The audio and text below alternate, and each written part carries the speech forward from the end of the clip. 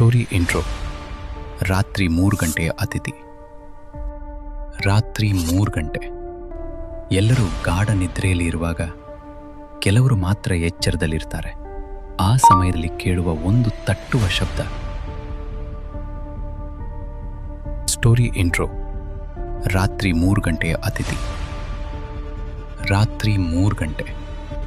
ಎಲ್ಲರೂ ಗಾಢ ನಿದ್ರೆಯಲ್ಲಿ ಇರುವಾಗ ಕೆಲವರು ಮಾತ್ರ ಎಚ್ಚರದಲ್ಲಿರ್ತಾರೆ. ಆ ಸಮಯದಲ್ಲಿ ಕೇಳುವ ಒಂದು ತಟ್ಟುವ ಶಬ್ದ ನಿಮ್ಮ ಜೀವನವನ್ನೇ ಬದಲಾಯಿಸಬಹುದು. ಯಾರಾದರೂ ಸಹಾಯ ಕೇಳಿದ್ರೆ ನೀವು ಬಾಗಿಲು ತೆರೀತೀರಾ, ಆದರೆ ಬಾಗಿಲಿನ ಹೊರಗೆ ನಿಂತಿರುವುದು ಮಾನವನಲ್ಲ. ಅಂದರೆ ಇದು ಒಂದು ಸಾಮಾನ್ಯ ಮನೆಯ ಕಥೆಯಲ್ಲ, ಇದು ರಾತ್ರಿ 3 ಗಂಟೆಗೆ ಬರುವ ಅತಿಥಿಯ ಕತೆ. ಮೊದಲ ರಾತ್ರಿ. ಅರುಣ್ ಒಬ್ಬನೇ ಮನೆಯಲ್ಲಿ ಮಲಗಿದ್ದನು. ಗಡಿಯಾರ ನಿಧಾನವಾಗಿ ಟಿಕ್ ಟಿಕ್ ಎಂದು ಶಬ್ದ ಮಾಡುತ್ತಿತ್ತು. ಹೊರಗೆ ಗಾಳಿ ಬೀಸುವ ಶಬ್ದ ಮಾತ್ರ ಕೇಳುತ್ತಿತ್ತು.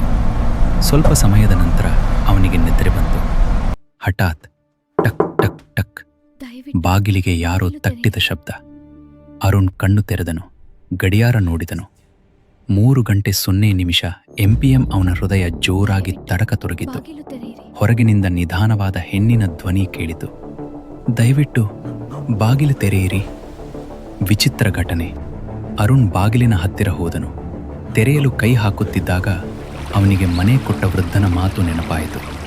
ಅವನು ನಿಂತನು. ಅದೇ ಕ್ಷಣದಲ್ಲಿ ಬಾಗಿಲಿನ ಕೆಳಗಿನಿಂದ ನೀರು ಒಳಗೆ ಹರಿಯತೊಡಗಿತು.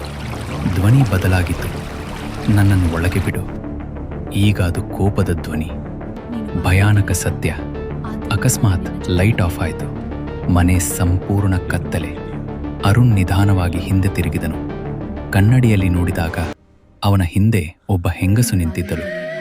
ಒದ್ದೆಯಾದ ಕೂದಲು, ಬಿಳಿ ಬಟ್ಟೆ ಮತ್ತು ಕಣ್ಣುಗಳಲ್ಲಿ ಜೀವವೇ ಇರಲಿಲ್ಲ. ಅರುಣ್ ಜೋರಾಗಿ ಕಿರಿಚಿದನು. ಬೆಳಗ್ಗೆ ಪಕ್ಕದ ಮನೆಯವರು ಬಾಗಿಲು ಒಡೆದು ಒಳಗೆ ಬಂದರು. ಅರುಣ್ ನೆಲದಲ್ಲಿ ಬಿದ್ದಿದ್ದನು. ವೃದ್ಧನು ನಿಧಾನವಾಗಿ ಹೇಳಿದನು, ನೀನು ಬದುಕಿದ್ದೀಯಾ, ಆದರೆ ಎಲ್ಲರೂ ಬದುಕುವುದಿಲ್ಲ. ಅಂತೆ ಕೆಲ ವರ್ಷಗಳ ಹಿಂದೆ ಆ ಮನೆಯಲ್ಲಿ ಒಬ್ಬ ಮಹಿಳೆ ಮೃತಪಟ್ಟಿದ್ದಳು. ಅವಳು ಪ್ರತಿದಿನ ರಾತ್ರಿ 3 ಗಂಟೆಗೆ ಬರುತ್ತಾಳೆ. ಬಾಗಿಲು ತೆರೆದವರು ಮತ್ತೆ ಕಾಣಿಸಿಕೊಳ್ಳುವುದಿಲ್ಲ. ಆ ದಿನದ ನಂತರ ಪ್ರತಿ ರಾತ್ರಿ 3 ಗಂಟೆಗೆ ಅರುಣ್ ಫೋನ್ ಸ್ವತಃ ಆನ್ ಆ ಘಟನೆ ನಡೆದ ನಂತರ ಅರುಣ್ ಮನೆ ಬದಲಾಯಿಸಲು ನಿರ್ಧರಿಸಿದನು. ಆದರೆ ಆ ರಾತ್ರಿ ಅವನು ಹೊಸ ಮನೆಯಲ್ಲೇ ಮಲಗಿದ್ದನು. ಎಲ್ಲವೂ ಸಾಮಾನ್ಯವಾಗಿತ್ತು. ಆದರೆ ಅವನ ಮನಸ್ಸಿನಲ್ಲಿ ಭಯ ಇನ್ನೂ ಹೋಗಿರಲಿಲ್ಲ. ಅವನು ಫೋನನ್ನು ಸೈಲೆಂಟ್ನಲ್ಲಿ ಇಟ್ಟು ಮಲಗಿದನು. ಮತ್ತೆ 3 ಗಂಟೆ. ಹಠಾತ್ ಫೋನ್ ಬೆಳಗಿತು. ಯಾವ ಶಬ್ದವೂ ಇಲ್ಲ.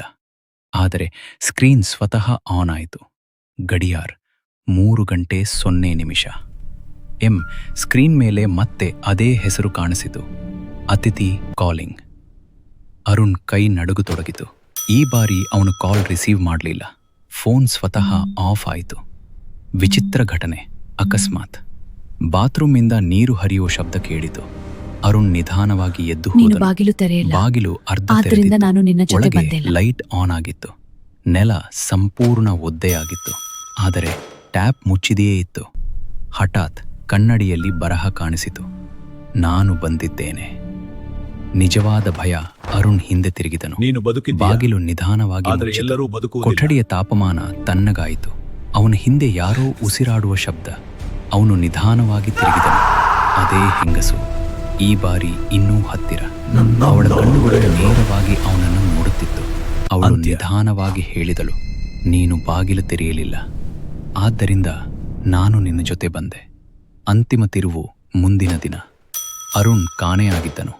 ಮನೆ ಖಾಲಿ. ನೆಲದಲ್ಲಿ ನೀರು ಮಾತ್ರ. ಮೇಜಿನ ಮೇಲೆ ಫೋನ್ ಬಿದ್ದಿತ್ತು. ಫೋನ್ ಮತ್ತೆ ಬೆಳಗಿತು. ಸ್ಕ್ರೀನ್ ಮೇಲೆ ಬರಹ, ನ್ಯೂ ಕಾಂಟ್ಯಾಕ್ಟ್ಸ್